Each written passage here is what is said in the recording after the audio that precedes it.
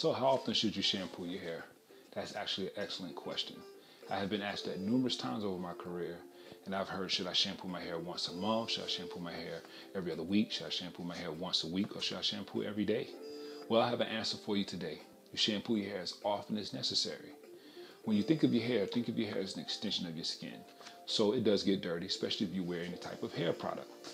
But when you're choosing a shampoo, you want to make sure that you choose a shampoo that is a moisturizing shampoo.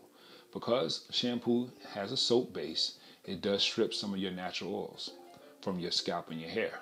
So you want to make sure that the shampoo that you select is a moisturizer shampoo, so it doesn't just cleanse, it leaves moisture. And also you want to make sure that you condition your hair. A conditioner also helps restore moisture in your scalp and your hair as well. So to answer your question, how often should you shampoo your hair? You shampoo as often as necessary. Just remember that you make sure you choose a shampoo that is a moisturizer, as well as you want to make sure you condition your hair as well. So if you have any other questions or comments, please leave them for me. I love to hear them. And so until next time, you take care of yourself.